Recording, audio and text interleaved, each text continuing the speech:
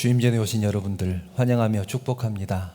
우리 하나님의 은혜가 충만하게 임하시리라 믿습니다. 이제 하나님 앞에 예배드리겠습니다. 사도신경으로 신앙 고백하시겠습니다. 나는 전능하신 아버지 하나님 천지의 창조주를 믿습니다. 나는 그의 유일하신 아들 우리 주 예수 그리스도를 믿습니다. 그는 성령으로 잉태되어 동정녀 마리아에게서 나시고 본디오 빌라도에게 고난을 받아 십자가에 못 박혀 죽으시고 장사된 지 사흘 만에 죽은 자 가운데서 다시 살아나셨으며 하늘에 오르시어 전능하신 아버지 하나님 우편에 앉아 계시다가 거기로부터 살아있는 자와 죽은 자를 심판하러 오십니다. 나는 성령을 믿으며 거룩한 공교회와 성도의 교제와 죄를 용서받는 것과 몸의 부활과 영생을 믿습니다. 아멘.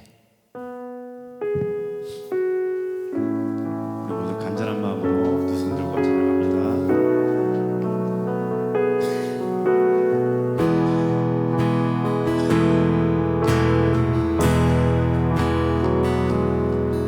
두 손 들고 찬양합니다. 다시 오실 왕 여호와께 오직 주만이 나를 다스리네. 다시 한번 두 손 들고 두 손 들고 찬양합니다. 다시 오실 왕 여호와께 오직 주만이 나를 다스리네.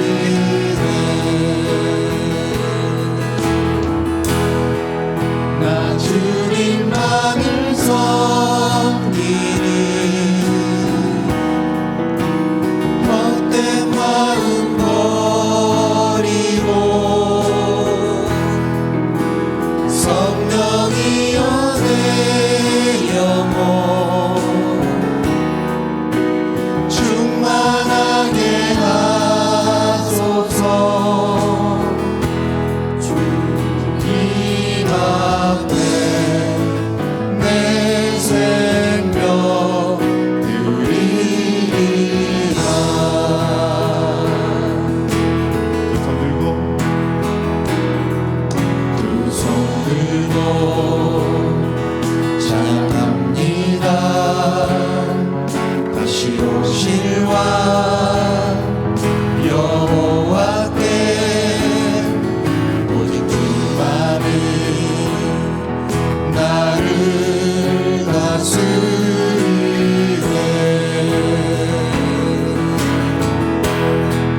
나 주님만을 섬기니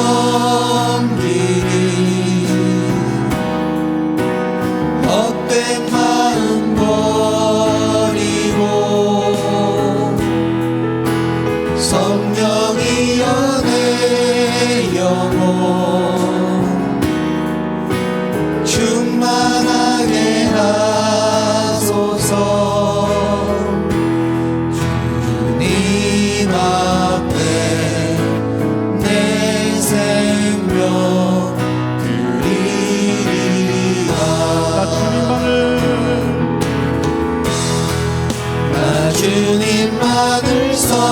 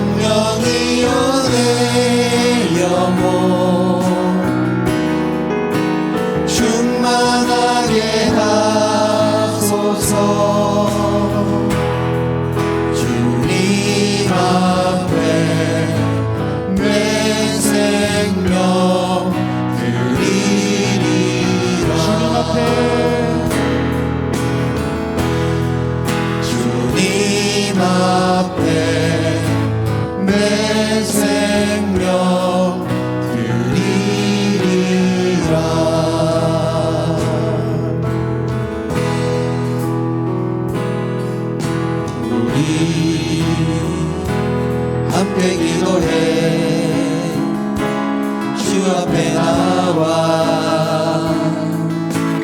무릎 꿇고 긍휼 베푸시는 주 하늘을 향해 두 손 들고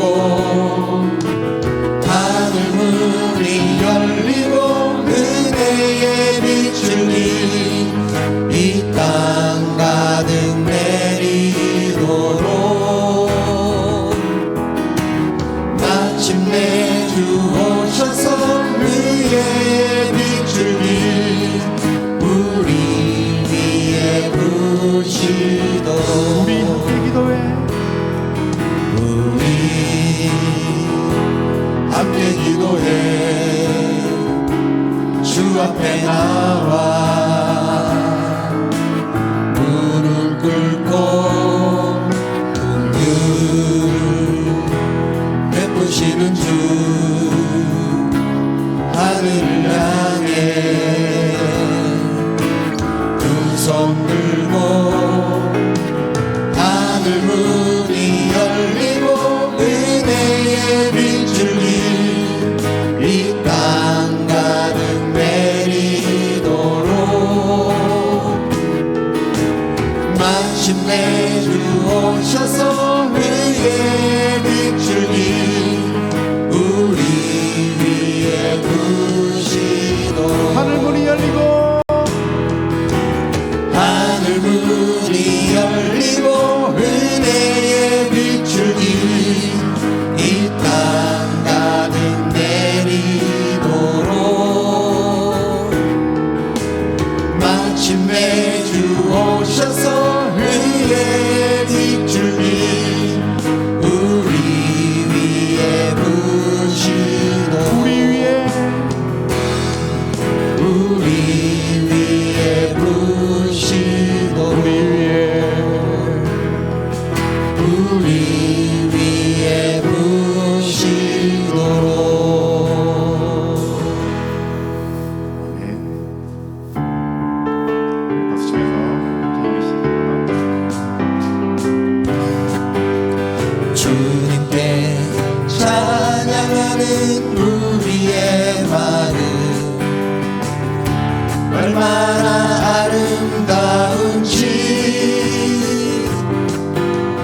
주님께 찬양하는 모든 순간 내 마음 천국일세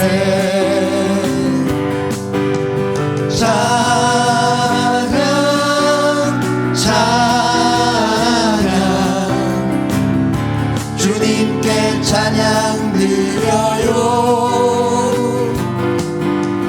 두 손을 높이 들고 마음을 모아 주님께 찬양 드려요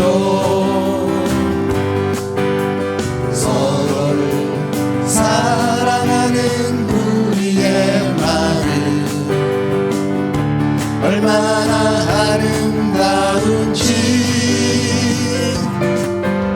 서로를 사랑하는 모든 순간 내 마음 천국일세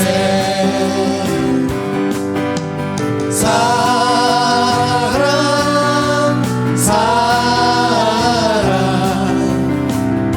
서로를 사랑하세요 두 손을 높이 들고 마음을 모아 서로를 사랑하세요 찬양 찬양 주님께 찬양 드려요 두 손을 높이 들고 마음을 모아 주님께 찬양 드려요 주님께 기도 드려요 주님께 주님께 감사드려요. 아멘.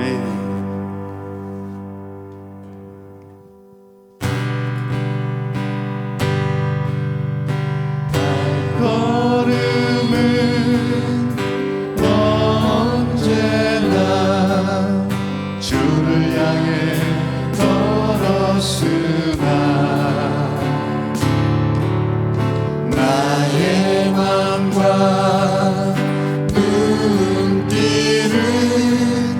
세상을 향하였네. 주님 위해 살겠다고 맹세한 나의 고백, 바람결에 날리어 흩어져 버렸네. 나의 주여 이제는 용서하소서.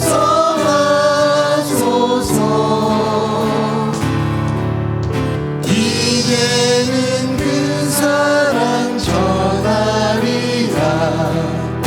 이 세상 끝날까지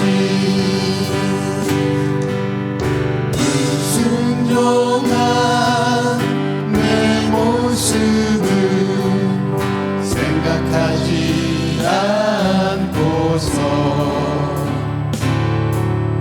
외로울 때 세상만을 원망하며 살았네. 우리 주님 아픈 가슴 안중에도 없었으니 멀리 떠나 가는 발길 무겁고 괴로웠네. 나의 주여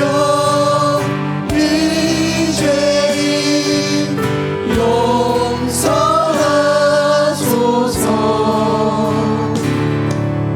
이제는 그 사랑 전하리라.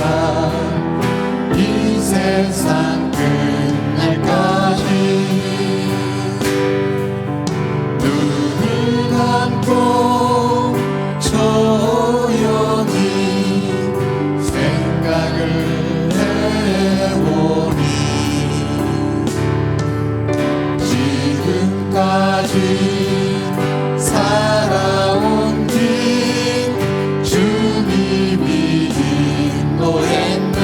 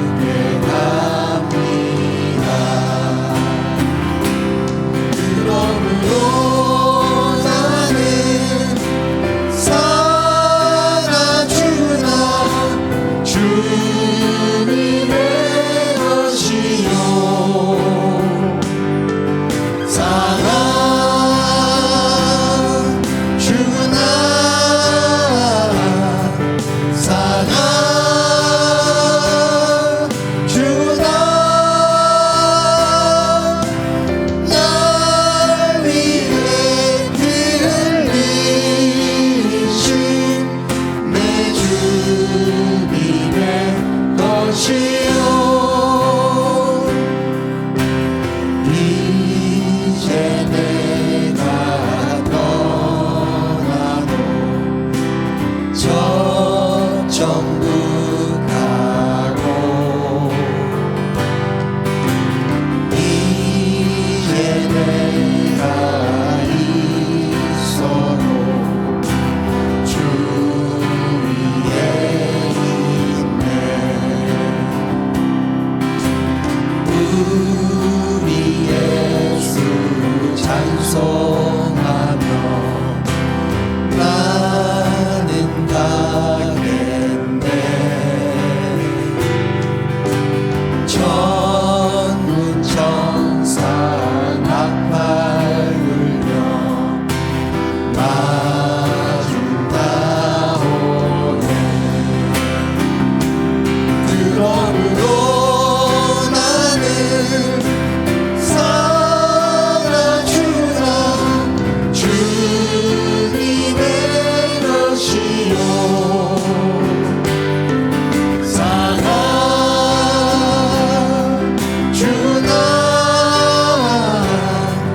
살아주나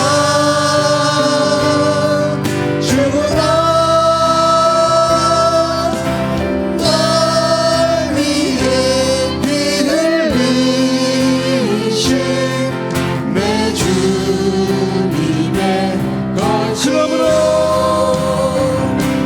그러므로 나는 살아주나. 주님의 것이요 살아주나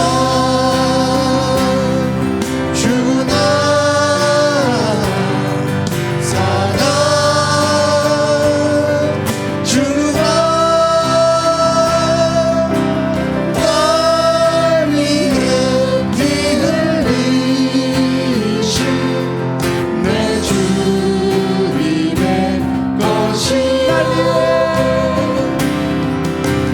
날 위해 피 흘리신 내 주님의 것이요 내 주님의 것이요.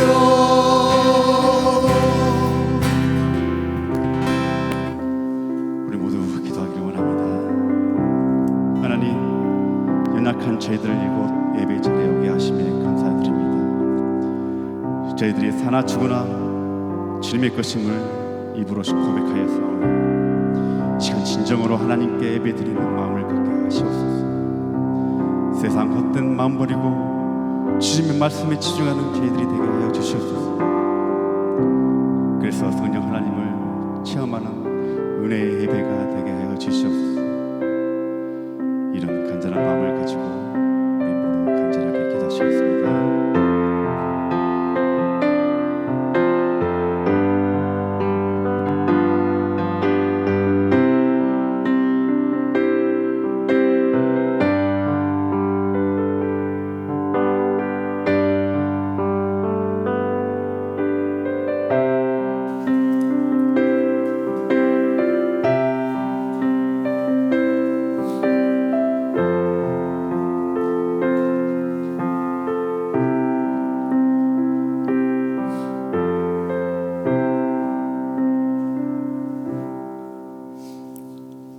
사랑과 자비가 풍성하신 하나님, 하나님의 은혜를 감사합니다.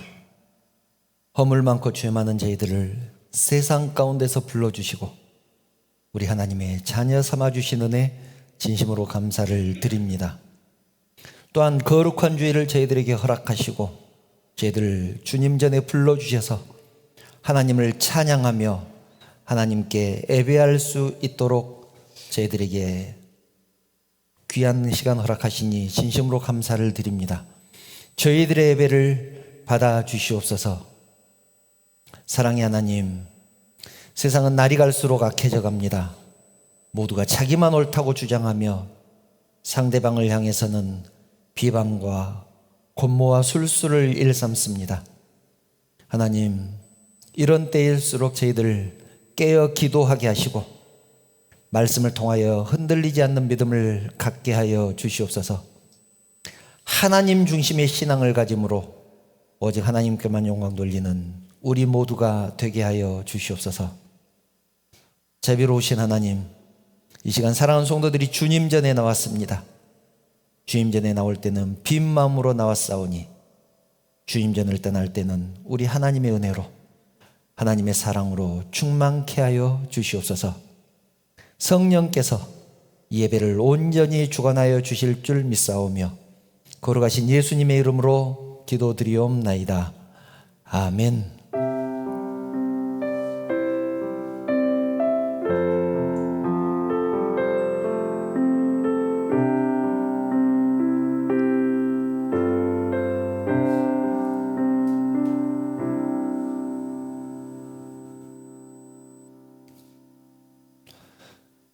하나님 말씀 함께 보겠습니다. 오늘 우리에게 주신 하나님 말씀은 고린도전서 3장 1절부터 7절 말씀입니다. 고린도전서 3장 1절부터 7절 말씀 제가 봉독하겠습니다. 형제들아, 내가 신령한 자들을 대하함과 같이 너희에게 말할 수 없어서 육신에 속한 자 곧 그리스도 안에서 어린아이들을 대함과 같이 하노라. 내가 너희를 저주로 먹이고 밥으로 아니하였노니 이는 너희가 감당하지 못하였음이거니와 지금도 못하리라. 너희는 아직도 육신에 속한 자로다. 너희 가운데 시기와 분쟁이 있으니 어찌 육신에 속하여 사람을 따라 행함이 아니리요. 어떤 이는 말하되 나는 바울에게라 하고 다른 이는 나는 아볼로에게라 하니 너희가 육의 사람이 아니리요. 그런즉 아볼로는 무엇이며 바울은 무엇이냐? 그들은 주께서 각각 주신 대로 너희로 하여금 믿게 한 사역자들이니라. 나는 심었고 아볼로는 물을 주었으되 오직 하나님께서 자라나게 하셨나니 그런즉 심는 이나 물 주는 이는 아무것도 아니로되 오직 자라게 하시는 이는 하나님뿐이니라. 아멘. 먼저 저하고 인사 나누겠습니다. 여러분 사랑합니다. 축복합니다. 옆에 분들과도 인사 나누겠습니다. 사랑합니다. 축복합니다. 잘 오셨습니다. 예.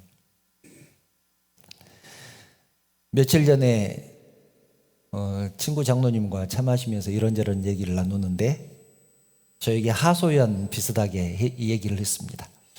자기가 섬기는 교회 근처에 아주 큰 교회가 있는데 그 교회가 요즘 내부 갈등 때문에 너무 시끄러워서 주일이면 그 교회 성도들이 우리 친구가 섬기는 그 교회로 예배를 드리러 온다고 합니다.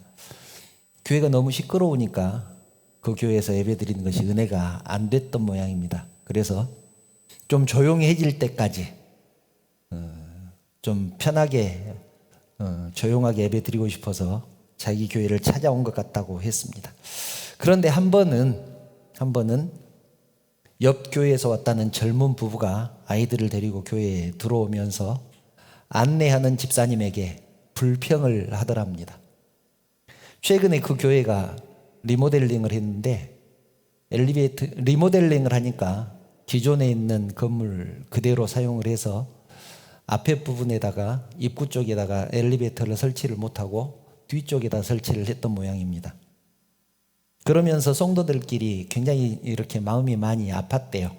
앞에다 설치했으면 얼마나 좋았을까. 그런데 이제 건물 구조상 뒤쪽에 설치할 수밖에 없어서 뒤에다 설치를 했는데 그 젊은 부부가 아이들을 데리고 들어오면서 불평을 하더랍니다. 왜 이 교회는 엘리베이터를 앞에다 설치하지 않고 뒤에다 설치를 해서 이렇게 불편하게 하느냐, 이렇게 불평을 하더랍니다. 친구 장로는 너무 어이가 없었지만 기왕 이렇게 지어졌으니까 수고스럽겠지만 조금만 걸어가서 이용해 주시면 안 되겠냐고 그렇게 말을 했답니다. 그러면서도 너무 어이가 없었다는 것이죠. 구조상 도저히 엘리베이터를 앞에 설치할 수 없어서 그 교회 성도들도 너무나 마음이 아파하면서 뒤에다 설치를 했는데 다른 교회 사람이 남의 교회에 예배드리러 와서 그렇게 큰 소리로 불평을 하니까 너무 기가 막히더라는 것입니다. 그러면서 하는 말이, 저에게만 하는 얘기였습니다. 그러면서 하는 말이, 그 교회가 왜 시끄러운지 이유를 알겠다, 그런 얘기를 했습니다. 그런 사람이 많으면 교회가 시끄러울 수밖에 없지 않겠습니까? 이유가 있을 텐데 그 이유는 생각지 않고 자기가 지금 불편한 것만 그렇게 불평을 하면 교회가 조용할 수가 없지요. 더군다나 남의 교회에 와가지고 그 정도 되면 자기 교회에서는 오죽했겠느냐는 것이죠. 우리는 지금 사순절을 보내고 있습니다. 지난 시간에는 신앙적으로 치열하게 갈등하는 베드로의 모습을 통해서 성도의 삶은 선택할 순간들이 너무나 많기 때문에 세상을 선택해야 되느냐, 믿음을 선택해야 되느냐, 내 이익을 선택해야 되느냐, 신앙을 선택해야 되느냐, 이 갈림길에서 선택할 것들이 너무나 많기 때문에 계속해서 갈등 속에서 살아갈 수밖에 없다. 그럼에도 불구하고 믿음은 타협해서는 안 된다. 믿음으로 현실을 이겨내야 된다. 그런 취지의 말씀을 드렸습니다. 오늘은 사순절 두 번째 주일입니다. 오늘은 하나님 중심의 신앙이 어떤 신앙인가를 함께 말씀을 나누려고 합니다. 고린도 교회는 여러 가지 문제가 있었지만 그 중에서 가장 심각한 문제가 교회 안에서의 분쟁이었습니다. 그것이 고린도전서를 기록한 목적이기도 합니다. 고린도전서, 이 뒤에 서자는 편지라는 뜻입니다. 고린도에 보내는 편지. 본래 기록상으로는 편지가 4개라고 되어 있는데 4개인데 성경에는 2개만 소개가 되고 있습니다. 첫 번째, 먼저 보낸 편지를 고린도전서, 뒤에 보낸 편지를 고린도후서라고 합니다. 고린도전서는 고린도 교회에 분쟁이 있다, 고린도 교회가 시끄럽다라는 얘기를 듣고 바울이 고린도 교회 성도들에게 보낸 편지입니다. 권면하는 내용이죠. 고린도 교회에 분쟁이 있다고 했는데 그 이유가 무엇일까요? 본문 3절을 보면 바울은 그 이유를 이렇게 설명합니다. 너희는 아직도 육신에 속한 자로다. 너희 가운데 시기와 분쟁이 있으니 어찌 육신에 속하여 사람을 따라 행함이 아니리요. 바울이 2가지 이유로 진단을 했는데, 분쟁이 있는 이유를 2가지로 진단을 했는데, 첫 번째는 육신을 따라 속했기 때문이다. 육신에 속했기 때문이고, 2번째는 사람을 따라 행했기 때문이다. 이렇게 이유를 생각을 했습니다. 첫 번째 이유는 육신에 속했기 때문이다. 2번째는 사람을 따라 행했기 때문이다.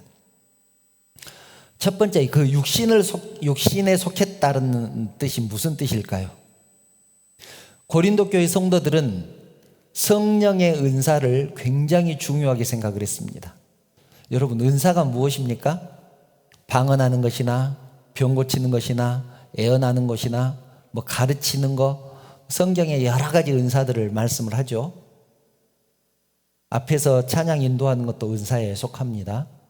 이런 것들, 이 모든 것들이 은사입니다. 고린도 교회 성도들은 이런 것들을 굉장히 사모했습니다. 옆에 사람들이 막 하니까 나도 하고 싶다, 그런 생각을 많이 가졌습니다. 그리고 방언하는 사람이나 예언하는 사람, 이런 은사를 가진 사람들을 굉장히 신령하다고 생각을 했습니다. 신령하다, 신앙이 깊다, 믿음이 깊다, 수준이 높다, 그렇게 생각을 했습니다. 우리도 그렇게 생각하지 않습니까? 왠지 방언하는 사람들, 병 고치는 사람들을 보면 믿음이 깊은 것 같고 신앙의 고수인 것 같은 그런 생각이 들지 않습니까? 그런데 고린도 교회 성도들이 그런 신령한 성령의 은사를 받고 교회 안에서 그런 것들을 행했는데 육신에 속한 사람이라고 책망을 받았습니다. 너희들이 교회가 시끄러운 것은 육신에 속했기 때문이야. 바울이 그렇게 진단을 했단 말입니다. 그 이유가 무엇이냐면 은사를 주신 목적이 있는데 그 목적대로 은사를 사용하지 않았기 때문에 그렇습니다. 여러분, 하나님이 은사를 주신 목적이 무엇입니까? 고린도전서 12장 7절을 보면 은사를 주신 목적을 이렇게 말씀합니다. 각 사람에게 성령을 나타내심은, 여기서 성령을 나타내셨다는 말은 은사를 주셨다는 말입니다. 유익하게 하려 함이니라. 유익하게 하려고 성령의 은사를 주셨는데 무엇을 유익하게 하기 위함인가 잘 표현이 안 되어 있잖아요. 그래서 제가 쉬운 성경을 찾아봤습니다. 쉬운 성경에는 이렇게 나와 있습니다. 성령께서 각 사람에게 나타나신 것은 공동의 이익을 얻게 하려는 것입니다. 이것이 쉬운 성경에서 표현하는 성령의 은사를 주신 목적입니다. 공동의 이익을 얻게 하기 위해서. 여기서 공동의 이익은 공동체의 이익, 즉 교회의 유익을 말합니다. 성령을 주신 이유, 교회의 유익을 위해서 하나님께서 성령을 주셨는데 고린도 교회 성도들은 내가 받은 은사, 내가 행한 은사들을 공동체의 유익을 얻기 위해서 사용한 것이 아니라 자기를 자랑하기 위해서 사용을 했습니다. 사람들 앞에서 큰 소리로 애언을 하고 큰 소리로 방언을 하면서 나는 이렇게 신령한 사람이야, 그렇게 자랑을 했다는 것입니다. 그래가지고 은사 때문에도 서로 다퉜는데 방언이 최고야, 애언이 최고야, 병 고치는 것이 최고야, 자기가 받은 은사를 자랑하면서 서로 분쟁이 있었습니다. 그러니 고린도 교회가 조용할 날이 있었겠습니까? 그래서 바울은 공동체에 유익을 주지 못하는 방언, 공동체에 유익을 주지 못하는 병 고치는 은사, 이런 것들은 아무 소용이 없다고 그렇게 말씀을 합니다. 한번 볼까요? 아무 소용이 없다. 여러분, 은사 중에서 가장 큰 은사가 무엇일까요? 고린도 교회 성도들이 서로 자랑했다고 했잖아요. 여러분들은 어떤 은사가 제일 중요하고 제일 크다고 생각하십니까? 방언입니까? 애언입니까? 병 고치는 것입니까? 가르치는 것도 은사라고 했으니까 가르치는 것이 중요합니까? 어떤 은사인지 한번 볼까요? 고린도전서 12장은 은사장이라고 해서 은사에 대해서 쭉 설명을 합니다. 은사의 종류들, 은사들을 어떻게 사용을 하는가, 그런 것에 대해서 쭉 설명을 하는데 맨 마지막 절에 이렇게 말씀합니다. 31절, 너희는 더욱 큰 은사를 사모하라. 내가 또한 가장 좋은 길을 너희에게 보이리라. 더욱 큰 은사가 있다는 얘기죠. 더욱 큰 은사를 사모하라. 가장 좋은 길이 있다는 얘기입니다. 그 길을 너희에게 보이리라. 이것이 12장 31절에 나오는 말입니다. 그리고 13장으로 넘어가는데 여러분, 고린도전서 13장이 무슨 장입니까? 사랑장입니다. 13장은 이렇게 시작을 합니다. 내가 사람의 방언과 천사의 말을 할지라도 사랑이 없으면 소리나는 구리와 울리는 꽹과리가 되고 아무 의미 없다는 얘기죠. 사람의 방언을 할지라도, 천사의 말을 할지라도, 천사의 말은 애언을 의미하는 것 같습니다. 사람의 방언과 천사의 말을 할지라도 사랑이 없으면 소리나는 구리와 울리는 꽹과리가 되고, 내가 애언하는 능력이 있어 모든 비밀과 모든 지식을 알고 또 산을 옮길 만한 모든 믿음이 있을지라도, 산을 옮길 정도의 믿음이 있다고 할지라도 사랑이 없으면 내가 아무것도 아니요. 내가 내게 있는 모든 것으로 구제하고 내가 내게 있는 것으로 모든 사람들을, 옆에 사람들을 도와주고 내 몸을 불사르게 내어줄지라도, 이것은 희생을 말합니다. 내 몸을 불사르게 내어줄지라도 사랑이 없으면 내게 아무 유익이 없느니라. 사랑이 없으면. 12장에서 더욱 큰 은사, 제일 큰 은사, 가장 좋은 길을 보여주시겠다면서 사랑에 대해서 말씀을 합니다. 아무리 방언을 하고 아무리 애언을 하고 산을 옮길 정도의 믿음이 있고, 병을 고치고 몸을 내어주는 희생이 있고, 또 내가 가진 것으로 옆에 사람을 다 도와준다고 할지라도 사랑이 없으면 궁극적으로 아무 소용이 없다. 봉사도 마찬가지입니다. 예배위원으로 섬기고 식당 봉사를 하고 주차 봉사를 하고 청소 봉사를 해도 사랑이 없으면 무슨 소용이 있겠습니까? 육신을 따라 행하는 일밖에 더 되겠느냐 하는 것입니다. 이것이 바울이 설명하는 은사, 육신에 속한 이유입니다. 여러분, 정말 무서운 말씀 아닙니까? 성숙하다는 것은 은사를 얼마나 많이 받았는가에 대한 설명이 아닙니다. 믿음이 깊다는 것도 마찬가지입니다. 내가 얼마나 봉사를 많이 했는가가 믿음이 깊은 것이 아닙니다. 봉사를 하는 이유가 무엇이냐는 것입니다. 어쩔 수 없이 의무적으로 하고 있느냐? 내가 직분을 맡았기 때문에 이것을 해야 되느냐? 정말로 하나님을 사랑해서 내가 봉사를 하고 있느냐? 다르지 않겠습니까? 고린도 교회 성도들은 은사를 풍성하게 받았지만 성숙하지 못했습니다. 그래서 바울은 이렇게 하소연을 하고 있는 것입니다. 2절, 내가 너희들을 저주로 먹이고 밥으로 아니하였노니. 저주로 먹이고 젖밖에 먹일 수 없다. 밥을 먹일 수가 없는 수준이다. 이는 너희가 감당하지 못하였거니와 지금도 못하리라. 전에도 어렸기 때문에 밥을 먹이지 못했는데, 전에도 성숙하지 못했기 때문에 어려운 것들을 가르치지 못했는데, 지금도 너희들이 마찬가지구나. 왜 그렇게 자라나지 못하느냐? 왜 그렇게 성숙해지지 못하느냐? 그렇게 하소연을 하고 있는 것입니다. 고린도 교회 성도들은 육신을 따라 행했기 때문에 믿음도 성숙하지 못하고 궁극적으로 하나님께 영광도 돌리지 못하는 그런 신앙을 했습니다. 그 결과 교회에 분쟁마저 있었다는 얘기입니다. 고린도 교회에 분쟁이 있는 두 번째 이유는 사람을 따라 행했기 때문이라고 말씀했습니다. 사람을 따라 행했습니다. 본문 4절을 보면 이렇게 말씀하죠. 어떤 이는 말하되 나는 바울에게라 하고 다른 이는 나는 아볼로에게라 하니 너희가 육의 사람이 아니리요. 나는 바울에게다. 이 말은 나는 바울에게 속했다. 나는 바울 편이다. 어떤 이는 나는 아볼로 편이다. 그러니 너희가 육의 사람이 아니겠느냐.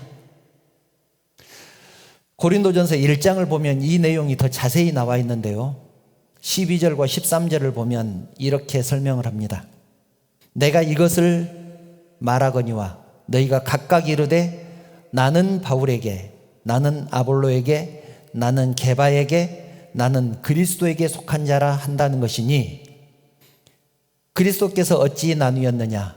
바울이 너희를 위하여 십자가에 못 박혔으며 바울의 이름으로 너희가 세례를 받았느냐? 바울이 고린도 교회 성도들을 책망하면서 한 말입니다. 교회가 4개의 파로 나눠졌습니다. 2개로 나눠졌어도 시끄러울 텐데 4개로 나눠졌으니 얼마나 시끄러웠겠습니까? 4개의 당파로 나눠져서 각각 자기 주장을 했습니다. 나는 바울파다. 나는 아볼로파다. 나는 베드로파다. 나는 그리스도파다. 그들의 주장이 얼마나 강력하고 고집스러웠는지 한번 제가 설명을 해드리겠습니다. 요한복음을 보면 예수님이 자기 자신에 대해서 설명하는 말씀이 있습니다. 요한복음에만 나오는 말씀인데요, 이것을 예수님의 자기 선언이라고 해서 신학자들은 이것을 굉장히 중요하게 생각을 합니다. 헬라어로 에고 에이미라고 합니다. 에고는 나는, 에이미는 무엇이다. 영어로 말하면 I am 뭐 그런 뜻입니다. 에고 사이에 단어를 넣어서 에이미. 예를 들면 나는 포도나무다. 예수님께서 그렇게 말씀하셨죠. 나는 길이요 진리요 생명이다. 나는 양의 문이다. 나는 선한 목자다. 나는 부활이요 생명이다. 예수님께서 이것을 이렇게 선언을 하셨는데, 이 선언은 너무나 절대적이기 때문에 예수님만 사용할 수 있는 단어입니다. 예수님만 하실 수 있는 표현이었습니다. 그런데 고린도 교회 성도들이 나는 누구에게 속했다고 말을 할 때 이 말을 사용했습니다. 예수님이 사용하셨던 에고 에이미를 사용을 했습니다. 절대로 고집을 꺾지 않겠다는 선언인 것이죠. 나는 절대 질지 않겠다. 나는 바울에게 속했다. 나는 한다면 하는 사람이야. 한 번 마음 먹으면 그걸로 끝이야. 그렇게 선언을 하고 교회 안에서 서로 분쟁을 일삼았습니다. 그러니 서로 하나가 될 수 있었겠습니까? 물론 그들이 이렇게 주장하는 데는 나름대로의 이유가 있었습니다. 간단하게 살펴볼까요? 바울에게 속한 사람들, 나는 바울에게 속했다. 헬라어로 에고 맨 에이미 파울루, 헬라어로 바울이 파울루입니다. 에고 맨 에이미 파울루, 나는 바울에게 속했다. 왜 이런 사람들이 나는 바울에게 속했다고 주장을 하냐면 이 사람들은 바울에게 직접 전도를 받은 사람들입니다. 바울이 이 사람들에게 직접 복음을 전했다 그 말이죠. 그리고 고린도 교회를 설립한 사람이 바울 아닙니까? 그래서 이 사람들은 바울을 존경하고 거의 신격화했습니다. 자기에게 복음을 전해주고 고린도 교회를 설립한 바울을 너무나 존경을 했습니다. 그래서 바울 후임으로 담임 목사로 온 사람이 아볼로인데 아볼로를 인정하지 않았습니다. 요즘도 가끔 그런 교회들이 있죠. 목사님이 은퇴하고 후임 목사님이 들어왔는데도 그분을 인정하지 못하고 갈등하다가 교회가 시험 드는 것을 많이 봅니다. 바울에게 속했다 그렇게 주장한 사람들이 그런 사람들이었습니다. 그런데 바울은 제일 먼저 그런 사람들을 속했습니다. 바울이 너희를 위해서 십자가에 못 박혔느냐? 너희가 바울의 이름으로 세례를 받았느냐? 아니다는 것이죠.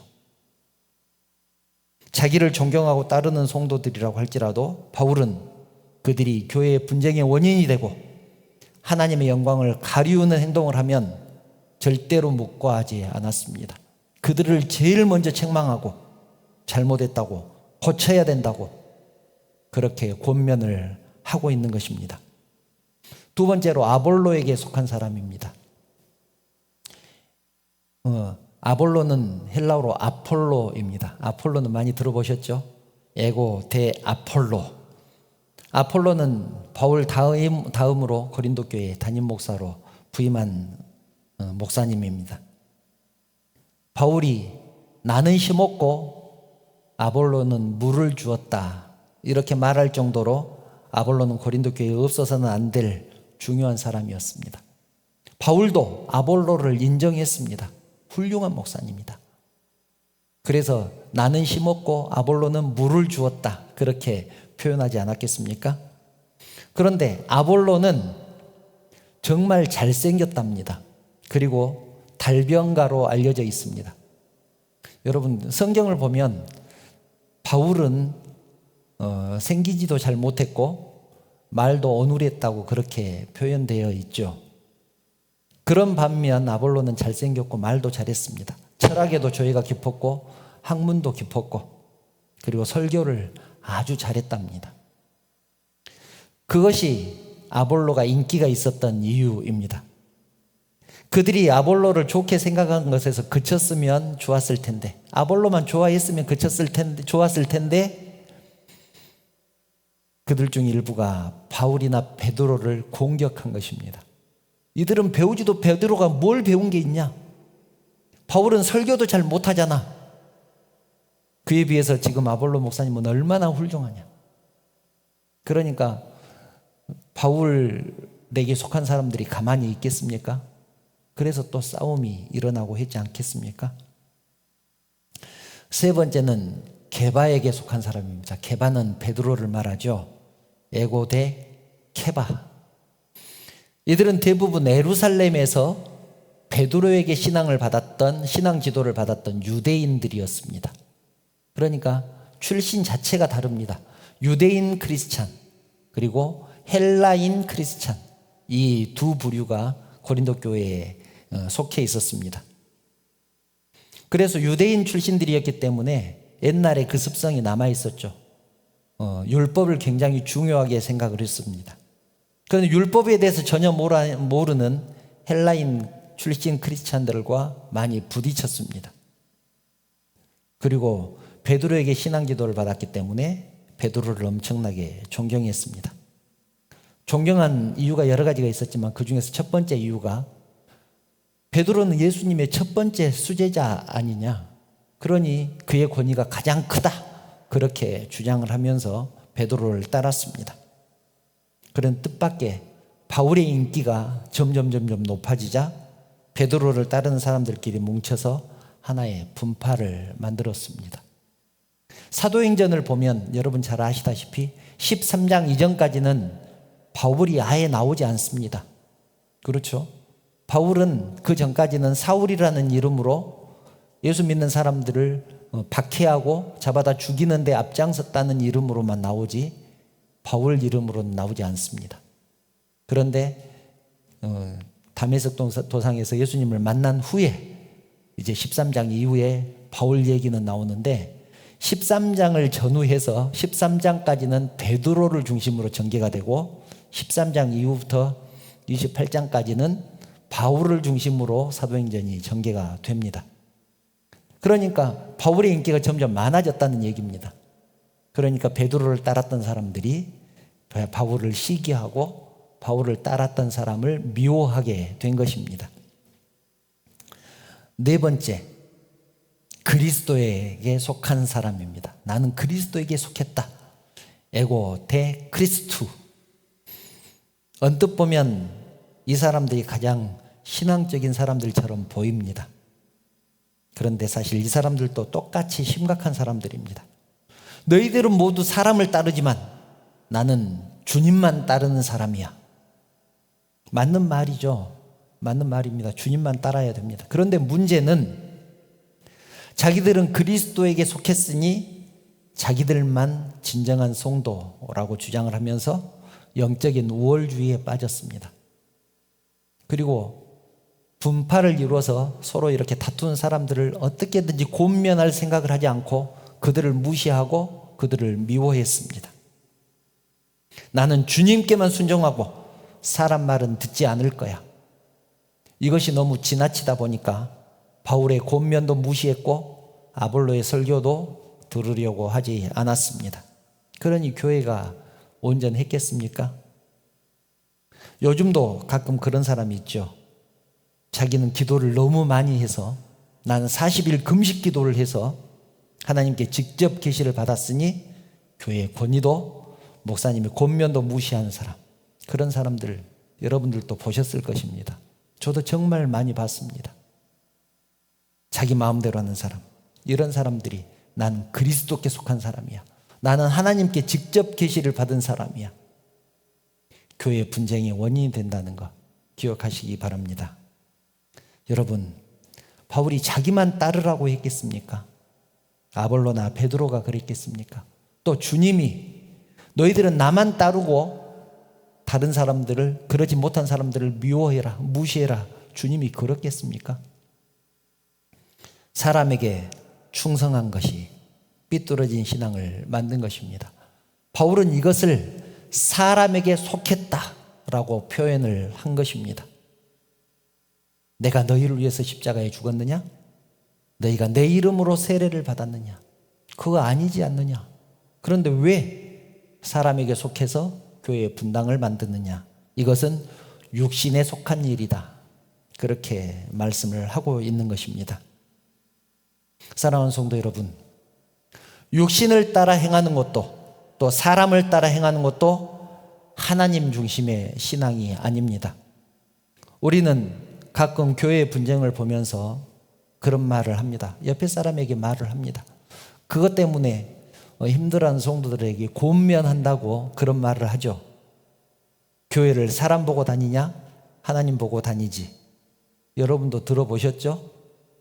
아마 여러분도 한 번쯤은 해보신 말이지 않을까 그런 생각을 합니다. 여러분 어떻습니까? 여러분은 하나님 보고 다니십니까? 사람 보고 다니십니까? 교회는 사람 보고 다니는 것이 아니다. 하나님 보고 다닌다. 이런 말은 맞는 말이기도 하지만 틀린 말이기도 합니다. 왜 그렇습니까? 우리가 어떤 교회를 다닐까 선택을 할 때 이 교회의 하나님은 어떤 하나님인가? 이 교회의 예수님은 어떤 예수님인가? 그것을 알아보고 교회를 선택하지 않습니다. 왜 그렇습니까? 정상적인 교회라면 모든 교회의 머리는 예수님이다 라고 믿기 때문에 그렇습니다. 정상적이지 않는 교회는 자기가 예수님이라고 주장을 하죠. 자기는 영원히 산다고 주장을 합니다. 그리고 자기가 그리스도다. 나는 하나님에게 직접 계시를 받았다. 다 비정상적인 교회들입니다. 정상적인 교회는 주님이 교회의 머리가 되시기 때문에 이 교회는 예수님이 어떤 예수님이 계시는가 그렇게 생각하지 않습니다. 그래서 교회를 선택할 때 이 교회는 어떤 하나님이 계신가라고 그것을 보고 선택하지 않는다는 것입니다. 그러니까 하나님 보고 교회를 다니는 것은 맞습니다. 그런데 우리가 정작 교회를 선택할 때, 진짜로 교회를 선택할 때는 어떤 하나님이 계신가는 따지지 않지만 목사님은 어떤가, 성도들은 어떤가, 이 교회 분위기는 어떤가 살펴보고 교회를 선택을 합니다. 하나님이 목사를 세우셔서 교회를 맡기셨는데 그 목사님의 성향에 따라서 교회의 스타일이 달라집니다. 그리고 그 교회 성도들도 목사님의 비전을 따라서 모이기 때문에 아마도 목사님과 성향이 비슷하지 않을까 그런 생각이 듭니다. 그래서 목사님이나 교회의 성도들의 성향에 따라서 전혀 다른 교회의 성격이 되는 것입니다. 그래서 사람들이 교회를 선택할 때 목사님과 교회의 분위기, 성도들의 신앙생활하는 모습 이런 것들을 보고 선택하는 것이 맞습니다. 그러므로 교회를 사람 보고 다니는 것은 아니지만 사람을 보고 선택을 하는 것입니다. 그러지 않습니까? 무슨 말입니까? 이 교회가 하나님 중심의 교회냐 아니냐 이것은 최소한 보고 다니지 않겠느냐 하는 것입니다. 그리고 그것에 따라서 우리들의 신앙생활하는 모습이 달라질 것입니다. 고린도 교회는 하나님 중심의 교회가 아니었습니다. 사람 중심의 교회였습니다. 물론 바울이, 아볼로가, 또 베드로가 너희들은 나를 따르라, 내 가르침이 제일 중요해 라고 말하지 않았습니다. 자기들끼리 자기가 좋아하는 지도자를 선택해서 그 지도자를 맹목적으로 따르고 다른 지도자를 따른 사람들을 비판하고 서로 싸웠기 때문에 교회가 시끄러웠던 것 아니겠습니까? 우리가 하나님 중심의 신앙생활을 하다 보면 우리 교회는 하나님 중심의 교회가 될 것입니다. 사람의 모습을 보고 사람을 따르는 교회가 아니라는 얘기가 되겠죠. 만약 우리가 고린도 교회처럼 육신을 따라 행하거나 사람을 따라 행한다면 우리 교회도 육신을 따라 행하는 교회, 사람을 따라 행하는 교회가 될 것이고 아직도 젖먹는 어린아이의 수준을 벗어나지 못할 것입니다. 그러면 어린아이처럼 배고파도 울고 기저귀가 척척해도 울고 그러지 않겠습니까? 고린도 교회 성도들이 그랬습니다. 처음에 말씀드렸던 친구 장로님과 나눴던 얘기, 그 젊은 부부는 아직 어린아이의 신앙을 갖고 있었기 때문에 남의 교회에 와가지고 엘리베이터가 뒤에 있다고 불평을 했습니다. 저는 그분을 모르지만 그분의 신앙은 성숙하지 못한 신앙이라고 생각을 합니다. 작은 불편을 그렇게 불평을 하면 되겠습니까? 남의 교회에 와서 자기 교회에서도 그러면 안 될 텐데 그런 생각을 했습니다. 그래서 우리는 정말로 신앙생활을 잘해야 합니다. 성도 여러분, 이제 말씀을 정리합니다. 우리의 신앙은 하나님 중심이어야 합니다. 우리의 삶도 마찬가지입니다. 고린도 교회는 정말로 많은 은사를 받은 교회였지만 육신을 따라 행한다는 책망을 받았습니다. 자기가 받은 은사를 교회의 유익을 위해서 사용하지 않고 자기를 자랑하는 데 사용을 했기 때문에 그렇습니다. 또 고린도 교회는 사람을 따라 행함으로 하나 되지 못했습니다. 나는 본래 복음을 전해준 바울에게 속한 사람이야. 나는 지금 인기 있고 잘생긴 아볼로에 속한 사람이야. 나는 예수님 수제자인 베드로를 따르는 사람이야. 난 사람을 보지 않고 예수님만 보고 교회 다니는 사람이야. 이런 왜곡된 신앙, 이것이 교회가 하나 되기 하지 못하는 결정적인 요인이 된 것입니다. 사랑하는 성도 여러분, 하나님 중심이어야 됩니다. 사람 중심이 되면 안 되는 이유, 본문 5절부터 7절을 보면 이렇게 말씀하죠. 그런즉 아볼로는 무엇이며 바울은 무엇이냐? 그들은 주께서 각각 주신 대로 너희로 하여금 믿게 한 사역자들이니라. 나는 심었고 아볼로는 물을 주었으되 오직 하나님께서 자라나게 하셨나니 그런즉 심는 이나 물 주는 이는 아무것도 아니로되 오직 자라게 하신 이는 하나님뿐이니라. 이렇게 말씀합니다. 나와 아볼로는 아무것도 아니다. 베드로도 아무것도 아니다. 하나님이 다 하셨다. 사랑하는 성도 여러분, 사순절을 지내면서 나는 하나님 중심의 신앙을 가지고 있는가? 내 신앙은 교회의 유익이 되는가? 돌아보시기를 바랍니다. 그리고 나는 교회에 어떤 불평을 하고 있는가? 교회에 누구를 불평을 하고 있는가? 돌아보시기를 바랍니다. 내 자신은 내려놓고 오직 하나님 중심의 삶을 살아드림으로 오는 영광을 하나님께 돌리는 저와 여러분들 되시기를 주님의 이름으로 축원합니다. 함께 찬양하신 후에 기도의 자리로 나가겠습니다. 십자가의 전달자 함께 찬양하시겠습니다.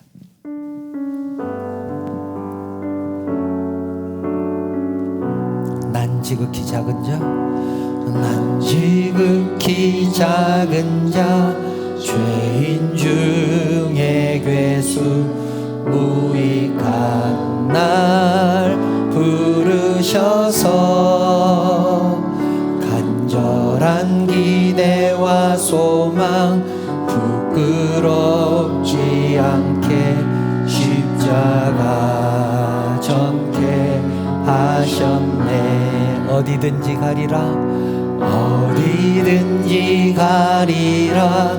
주 위에 서라면 나는 전하리 그 십자가. 내 몸에 밴 십자가, 그 보혈의 향기 온 세상 채울 때까지 살아도 주를 위해, 살아도 주를 위해, 죽어도 주를 위해, 사나 죽으나 난 주의 것. 십자가의 능력, 십자가의 소망, 내 안에 주만 사시는 것. 살아도 주를 위해, 살아도 주를 위해, 죽어도 주를 위해, 사나 죽으나 난 주의 것. 십자가의 능력, 십자가의 소망, 내 안에 주만 사시는 것. 난 지극히 작은 자, 죄인 중에 괴수 무익한 날 부르셔서 간절한 기대와 소망 부끄럽지 않게 십자가 전케 하셨네. 사랑 나의 십자가, 내 사랑 나의 십자가, 내 사랑 나의 십자가, 내 사랑 나의 십자가. 사랑하는 성도 여러분, 우리는 지금까지 주의 몸된 교회를 섬긴다고 하면서 하나님 중심으로 섬기지 못했습니다. 하나님께서 교회의 유익을 위해서, 성도들에게 유익을 끼치기 위해서 우리들에게 많은 은사를 주셨습니다. 그런데 그것을 교회의 유익을 위해서 사용하지 못하고 나를 드러내는 데 사용했습니다. 또한 우리는 지금까지 사람을 따라 행했습니다. 누가 나에게 더 많은 관심을 보이는가, 누가 나에게 더 잘해주는가,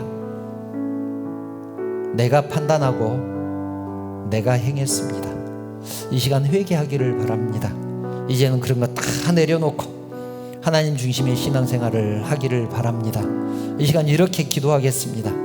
하나님, 지금까지는 육신을 따라 행했습니다. 사람을 따라서 사람을 보며 신앙생활을 했습니다. 이제는 육신을 따라 행하지 않게 하옵소서. 나에게 주신 은사, 나에게 주신 달란트를 오직 하나님께만 영광 돌리는 데 쓰게 하시고 교회의 유익을 위해서, 성도의 유익을 위해서 사용하게 하여 주시옵소서. 하나님, 사람 중심의 신앙을 벗어버리고 오직 하나님 중심의 신앙생활을 하기를 원합니다. 성령의 하나 되게 하신 것을 힘써 지키는 우리 모두가 되게 하여 주시옵소서. 이 두 가지 기도 제목을 가지고 하나님 앞에 나아가겠습니다. 함께 기도드리겠습니다. 아버지, 도와주시기 원합니다. 지금까지 우리 모습을 돌아봅니다. 하나님, 지금까지 우리는 계획을 위해서 하나님 중심을 끼치지 못했습니다. 하나님께서 나에게 많은 은사를 주셨는데 하나님, 나를 드러내는 데 사용했습니다. 나를 자랑하는 데 사용했습니다. 하나님, 용서하여 주시옵소서. 또한 우리는 사람을 따라하겠습니다. 누가 나에게 더 많은 관심을 보여주는지, 누가 나에게 호의적을 베풀어주는지, 누가 나에게 더 잘해주는지 그걸 판단하고 그 사람과 더 가까이 지냈습니다.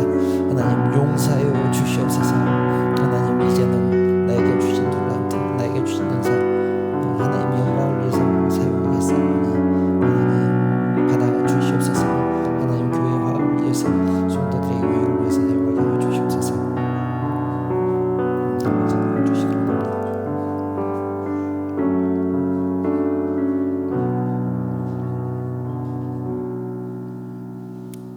사랑하는 하나님, 이 시간 우리의 모습을 돌아봅니다. 주의 몸된 교회를 열심히 섬긴다고 섬겼고, 성도들을 사랑한다고 열심히 사랑한다고 했지만 하나님, 결국은 나를 드러내는데 더 열중이었음을 고백합니다. 하나님께서 교회의 유익을 위해서, 성도들에게 유익을 끼치기 위해서 저희들에게 많은 은사를 주시고 많은 달란트를 주셨음에도 불구하고 나를 자랑하는 데 사용을 했습니다. 하나님, 용서하여 주시옵소서. 지금까지는 사람을 따라 행했고, 누가 나에게 더 많은 관심을 보이는가, 누가 나에게 더 잘해주는가, 그것에만 관심을 가졌습니다. 하지만 이제는 그러든지 그러지 않든지 하나님만 보고 나아가게 하시고, 나에게 잘해주든지 잘해주지 않든지 그 영혼을 사랑하는 우리 모두가 되게 하여 주시옵소서. 은사 중에서 가장 큰 은사는 사랑하는 거라고 하셨사오니 하나님, 다른 것은 조금 부족하다고 할지라도 최선을 다해서 사랑하게 하시고, 하나님께서 우리를 사랑하신 것 같이 우리도 하나님을 사랑하고 이웃을 사랑하고 성도를 사랑하는 그 자리까지 나갈 수 있도록 우리의 신앙을 지켜주시옵소서. 하나님, 나에게 주신 은사, 나에게 주신 달란트 이제는 오직 하나님의 영광, 하나님께 영광 돌리는 데만 사용하게 하시고 교회의 유익을 위해서, 또 성도의 유익을 위해서 사용하게 하여 주시옵소서. 사람 중심의 신앙을 벗어버리고 오직 하나님 중심의 신앙을 하기를 원합니다. 성령의 하나 되게 하신 것을 힘써 지키게 하여 주시옵소서. 사랑의 하나님, 우리는 지금 사순절을 지내고 있습니다. 예수님께서 무엇 때문에 십자가를 지셨는가 생각하게 하시고 우리도 십자가의 길을 걸어가게 하여 주시옵소서. 하나님, 간절히 원하옵기는 내가 가장 사랑하는 그 사람에게 복음을 전하게 하시고 이 기간 동안이라도 권면하게 하시고 거절당한다고 할지라도 계속해서 권면함으로 주의 사랑을 전하는 증인된 삶을 살아가는 우리 모두가 되게 하여 주시옵소서. 이 시간 사랑하는 성도들이 주님 전에 귀한 예물을 드립니다. 11조로 감사헌금으로 주정헌금으로 성교헌금으로 여러 가지 제목으로 드린 이 예물들 우리 하나님께서 받으시고 연락하여 주시고 이 물질이 사용되는 곳에 오직 하나님의 영광만 드러날 수 있도록 우리 하나님께서 친히 간섭하여 주시옵소서. 모든 영광 우리 하나님 받으시기를 원하오며 거룩하신 예수님의 이름으로 기도드리옵나이다. 아멘. 교회 소식 말씀드리겠습니다. 주일 예배 오신 성도님들 환영하며 축복합니다. 우리 하나님의 은혜가 또 하나님의 축복이 충만하게 임하시리라 믿습니다. 영상을 통해서 예배한 성도들에게도 동일한 은혜가 임하시리라 믿습니다. 오늘은 사순절 두 번째 주일입니다. 지난주에 광고 드린 대로 사순절을 경건하게 보내시는데 좀 이렇게 신경을 써주시면 좋겠습니다. 말씀도 많이 읽으시고 기도도 좀 더 평소 때보다 많이 하시고 특별히 이 기간 동안에 한 영혼을 붙들고 기도하고 그들에게 복음을 전하는 그런 기간이었으면 좋겠습니다. 그래서 사순절이 지난 후에는 그것이 또 열매로 맺혀진 역사가 있으면 얼마나 좋겠습니까? 그 기간을 위해서 서로를 위해서도 기도해 주시면 좋겠다는 생각이 듭니다. 다음 주일은 3월 첫 번째 주일인데요. 식사가 있습니다. 점심 식사 후에 오후에는 재직 세미나를 합니다. 여기서 재직이라고 하면 집사님들, 권사님들 뭐 이런 분들이 재직이죠. 재직 세미나 1시간 정도 할 예정입니다. 그렇게 생각하고 아예 오후 시간을 좀 비워놓고 교회 오시면 좋겠습니다. 계속해서 우리 교회도 환자가 생겨서 감기 환자가 생깁니다. 겨울철 건강에 유의하시기 바랍니다. 특별히 감기 걸리지 않도록 신경 써주시고 또 아파서 감기 때문에 교회 오지 못한 분들을 위해서 기도해 주시면 정말 감사하겠습니다. 혹시 다른 광고 또 있으실까요? 다른 광고 없으시면 주기도문 찬양하신 후에 축도로 예배 마치겠습니다. 하늘에 계신 아버지 이름 거룩하사 주님 나라 임하시고 뜻이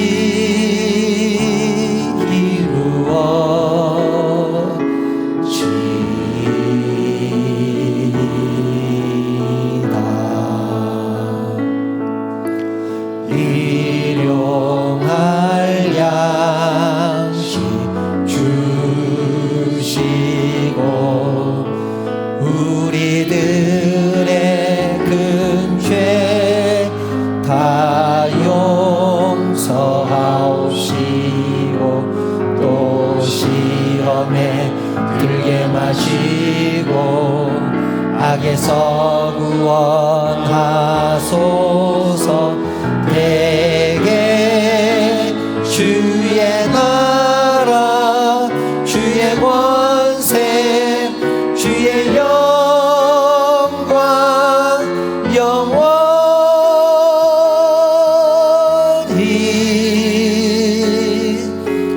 아멘.